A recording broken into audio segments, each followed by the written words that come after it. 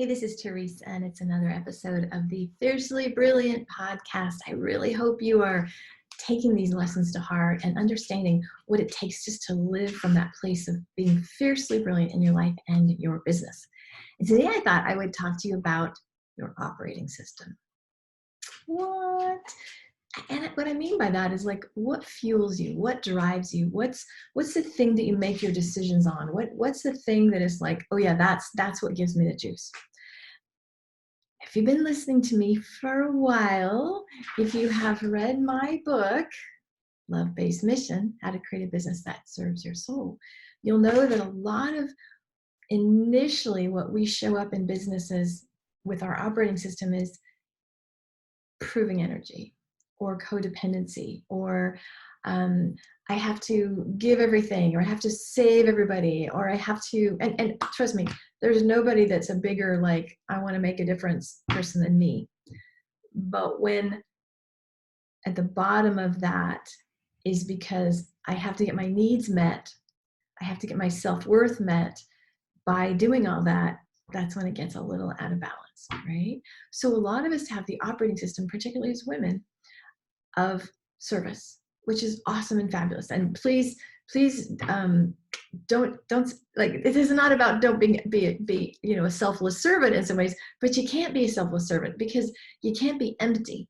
So you have to be kind of filled in order to give. I remember I took Reiki one time. They said, you never give from you fill up and then you give from the overflow. Right? So let's just look at operating systems. So one operating system, there's kind of a joke because I was raised Catholic. So Catholic, sometimes Jewish people are like, oh my God, guilt and shame. That just operates. That's, I'll do anything to not feel guilty or not feel shame. For some people, what's driving them is a sense of a competition. I have to prove it, or I have to be better than. Years ago, I heard a story by Bill Gates, and y'all know who, not Bill Gates. Oh my God, I'm sorry. Cancel clear. He's in the news a lot. Ted Turner, that's what I'm talking about. Ted Turner, the guy that used to own, cable news and was like just a billionaire, Ted Turner.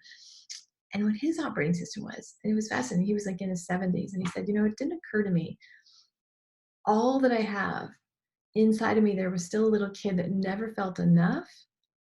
And I had to get more and more and more because I was trying to prove to my daddy that I was good enough. And I'm thinking, man, if Ted Turner, with all his billions, is still on the hamster wheel of trying to prove to somebody that he's enough, it doesn't end when you have money. It doesn't end when you have shame. God, I haven't had enough coffee today.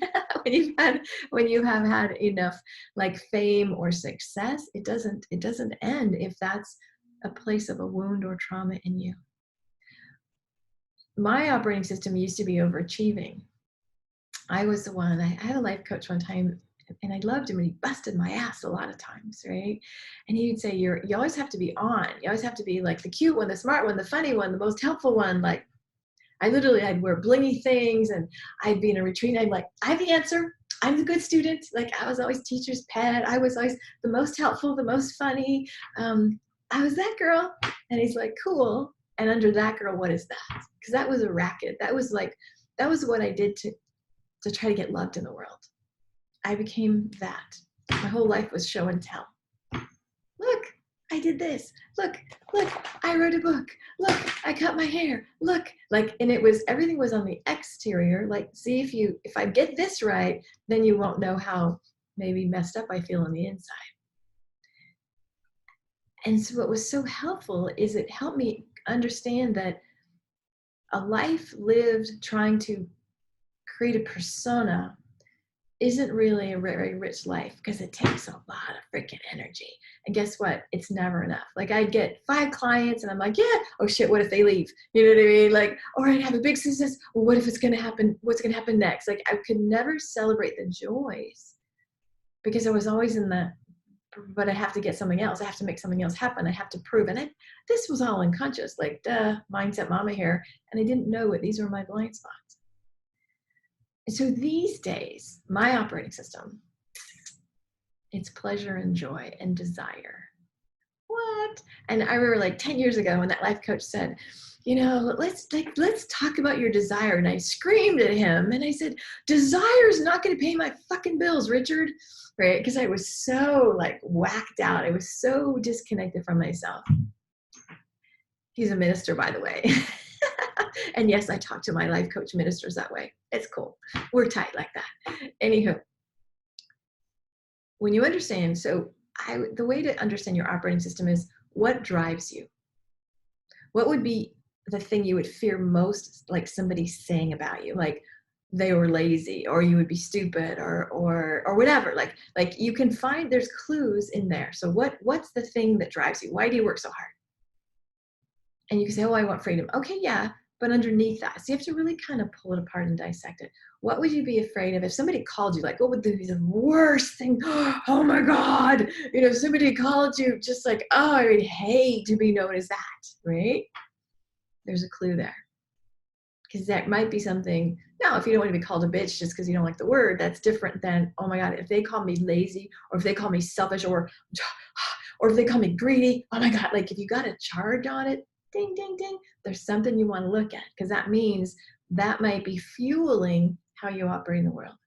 Now, what I learned is that the thing that gets you here is not going to be the thing that takes you here. So for me, being an overachieving superhero, it worked until it stopped working.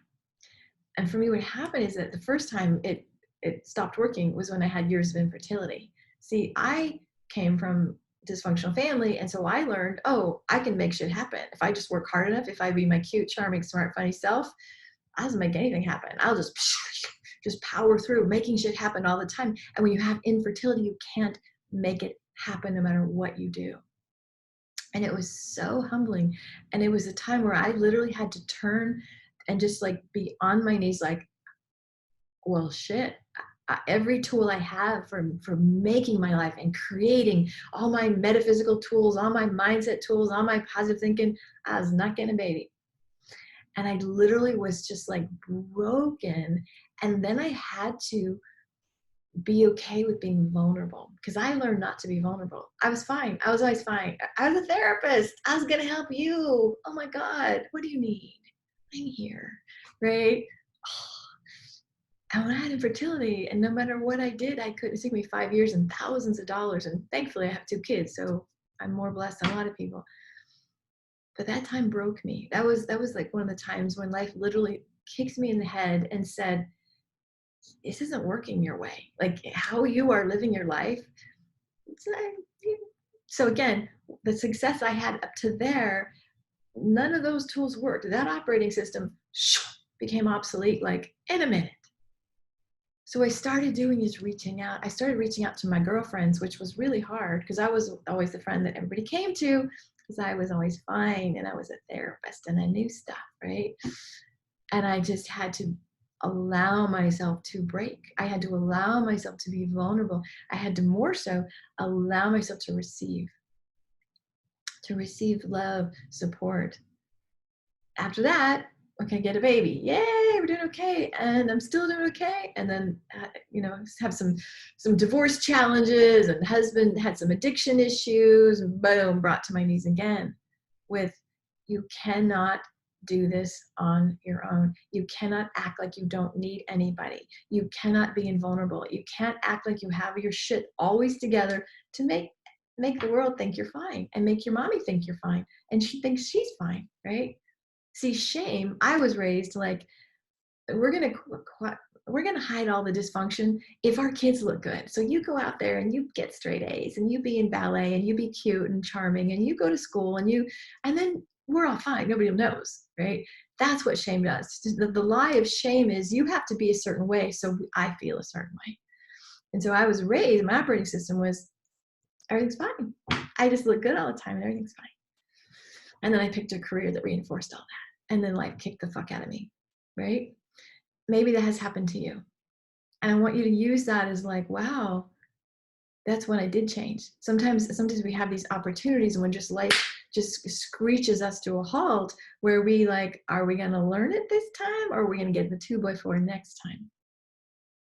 And so some of the keys here is you have to understand the operating system that you were either given or you adapt it, or you use to compensate. For me, it was everything's fine. I'm an overachieving superhero. I can make stuff happen.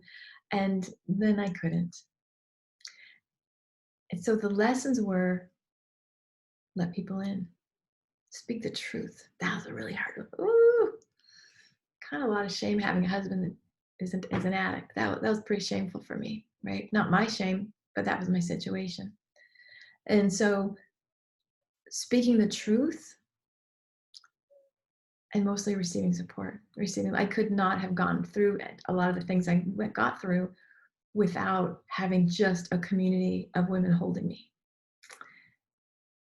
And it opened my heart. It opened me to, like, here's the big word, receive, because I was a perpetual giver. That's what we do when we're overachieving superheroes. Raise your hand. We give, because then we'll be loved and we'll have an identity and we'll be helping, and then we're good girls. And then, yes. But then we get tired of pretending, or life kicks us in the head and we have to go, maybe that's not working anymore. So understand your operating system, maybe allow life to break you down, and then let's replace the operating system. See, I didn't know that I was lovable even when I was messy. I didn't know that I was lovable if I couldn't give to you. What? I didn't know that being angry or hurt or scared, I'm still lovable. I didn't know that. I wasn't raised that way. I was raised to put on a show so we all looked good, so nobody knew, right? And so to be in my 30s and 40s going, there's another way? Wait, what? And so I'd call my coach and he'd say, how are you? And I'd say, I'm so fucked up. And he'd say, great. Can I just love you right there? I never had that experience because my operating system was, I'm lovable when I'm doing good things for you or when I'm looking good in the world. Then I got approved of. To be messy and angry and hurt and in pain and raging and scared and confused, I'm still lovable? Really? And sometimes it just takes an outside person to bring something you've never had before. I never had that. Like there was literally never, there was nothing in my cells. There was no piece of my history that would say, but of course I'm lovable. I could get the concept, but I didn't have it in my operating system. I could not apply self-gentleness. I could not apply grace. Oh, honey, it's okay. You did your best. You'll be like, okay, get up. Come on, suck it up. Do better, right? I was harsher on myself because that's how I had to survive. And so sometimes these operating systems, they get to crumble. Now I call that good. Now it sucks when you're in the middle of it. Oh, good hell, it's horrific.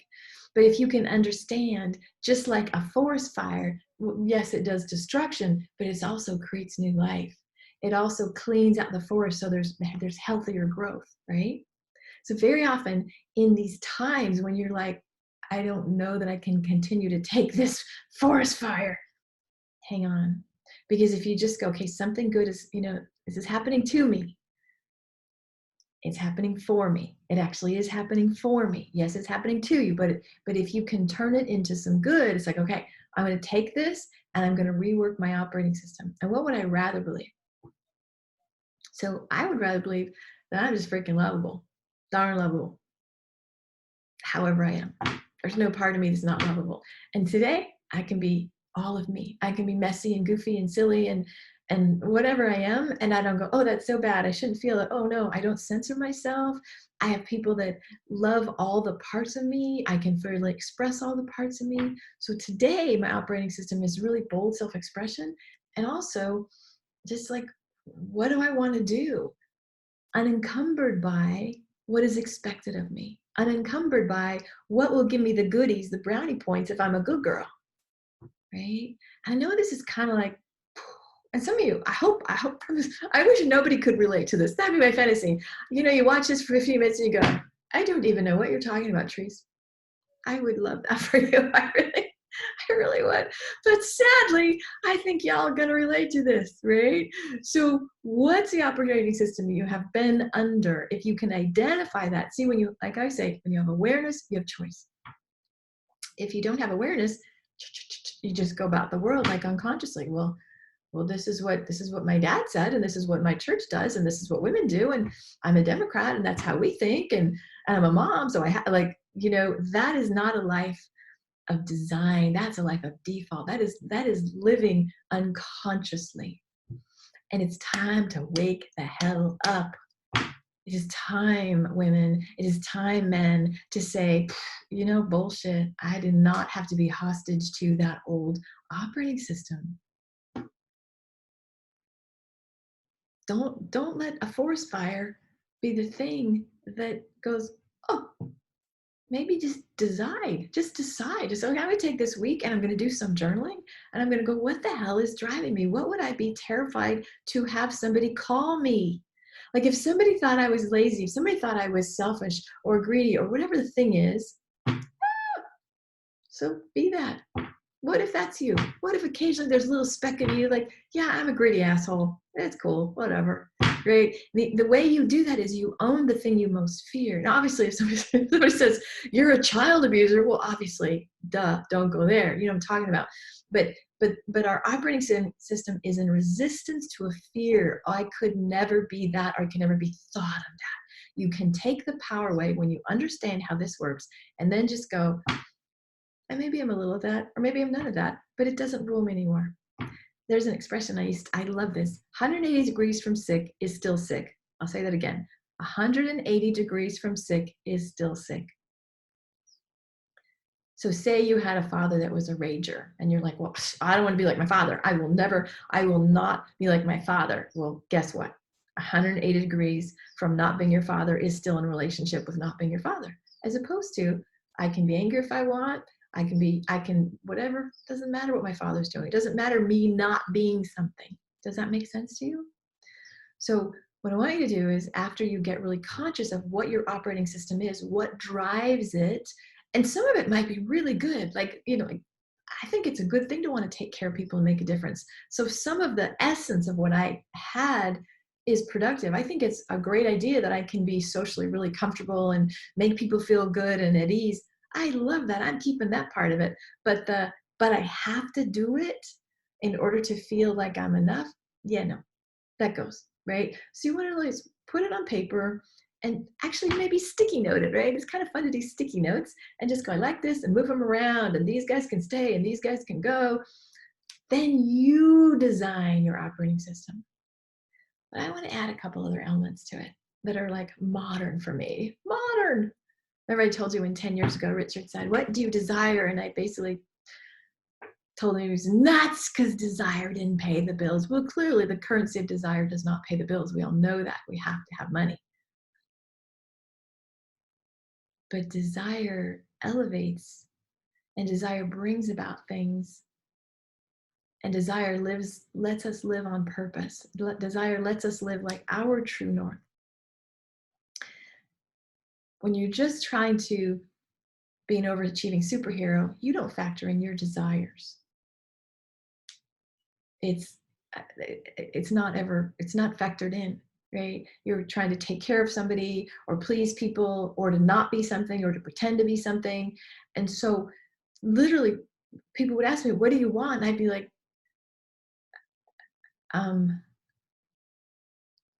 steak maybe? I don't know. You know what I mean? I literally had none of that in me. I was not raised to go after my desires.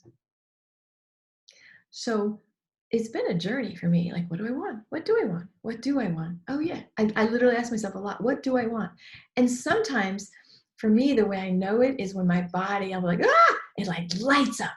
It's like, whew, oh yes. Oh, that'd be yummy. That'd be yummy. Right? And it's just like going, oh, that's a piece of data that I need to put in my operating system. Huh, I want that. Okay, no, I don't have to get it all the time, but it's just like, how fun. That's a desire. Oh, how fun. I feel like a kid in a candy store. Like, what? I could have that. Oh my God. I don't have to just settle for that. What? And so this concept of desire is what if you trusted the wisdom of your body, the energy of your spirit, the knowing of your beingness to feed you information that translates as desire. So one of the tools of access consciousness that I really love is light heavy. So let's see, I want to go hang out with this person, or I want to stay home and read a book. And one's going to feel like, oh, I guess I could. Yeah, I probably should.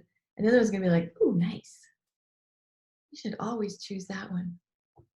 But most often we're like, oh, but I told her I would go and I feel bad and she's kind of upset and she kind of needs me, you know. And I'm not saying to be an asshole friend. Sometimes you do things just because people need you. But if your whole life is driven by like overrunning what you desire so somebody else is served, not on my watch, gang. We got to shift that for you. So just literally, your two choices: does it feel light or heavy? Another thing I just do is ask your body, how's that feel? Like you literally can feel, right? Because we got to bypass our brains that have been wired that we are supposed to want certain ways, want certain things, behave certain ways. You know, just it's like we're kind of like, shh, quiet the noise. If I were to listen to my energy right now, what is my energy just craving? And maybe it's like, God dang, I need to go for a run. Poof, my body is just like really needing some movement and sun. Or maybe it's like, you're not getting enough sleep. So, but what we do again, we go, well, that's crazy. I need to get this. And what I know is if you don't listen to the signals, this is where illness happens, injury happens. I tell my clients, like, if you're feeling like you need a break, give yourself a break, or boom, your back will go out. Crazy stuff will happen. It's like your body's going to win. It's going to get your attention one way or the other. So the goal is to, okay, I'm getting information from this operating system. It's kind of pointing me. It's like, oh, okay, sort of, well, like that's feeling kind of good. Okay. And you either acknowledge it, like, yes, I'm going to do that, or I hear you. I can't do that right this minute. But I hear you. So you begin to start listening. Like, so instead of sourcing your how you fuel yourself or what you should be doing or working on from out here, you start listening more deeply, right? And the goal is to unhook it from the you're only lovable if when, you're only getting the goods when, the old operating system, and plug it into a new operating system. Whew. I hope this makes sense to you. And I would love to hear from you. Like, what are some components of your new operating system? For me, I really, really, really want to always honor my energy. My energy, like I'll have a whole launch plan. I will like, okay, and if I check in and it's not feeling right, I scrap the thing. It doesn't matter what the revenue plan says. It doesn't matter what's on my marketing calendar. It is like, if it's not in, I call that alignment. If it's not lining up, if it's not right, I have to honor the wisdom. I might not even understand it, but I have to honor the wisdom of whatever that is. That takes a lot of faith, trust, and surrender, right? That's like, okay, but that's my operating system. I just choose to live on, you know what? There is divine order, and I'm going to plug in and trust that I'm guided to where I'm supposed to go, because I know who I am today. I know how to fuel myself today, and that's what I want for you. So, heady stuff. I think I need to go to Starbucks and get some coffee. I just kind of like, anyway, I would love to hear from you. Seriously, like drop me a line. I would be very interested. ts@thereseskelly.com. Just like write me a note and just go, oh my God, this is my old operating system, but this is the new operating system. I really want you to be living like that fiercely brilliant life. And you cannot get there unless you are intentional and understand the how of getting there. And the how is not the 7-step formula for 7 figures. Oh no. The how is, what's my formula? What is my operating system? And what do I need to best support myself? And I would bet, similar to me, it's the ability to be real, ability to speak your truth, the ability to have people that love you no matter where you are, support you in all places of your journey. That's a really important, that's just foundational parts of it. From there, you can build on the other things, okay? Whew. what a fun episode to record here for you. I hope you have enjoyed this. So feel free to, number one, email me, and number two, leave us a review. Let us know what you've liked about this episode. All right. Peace and blessings. Bye.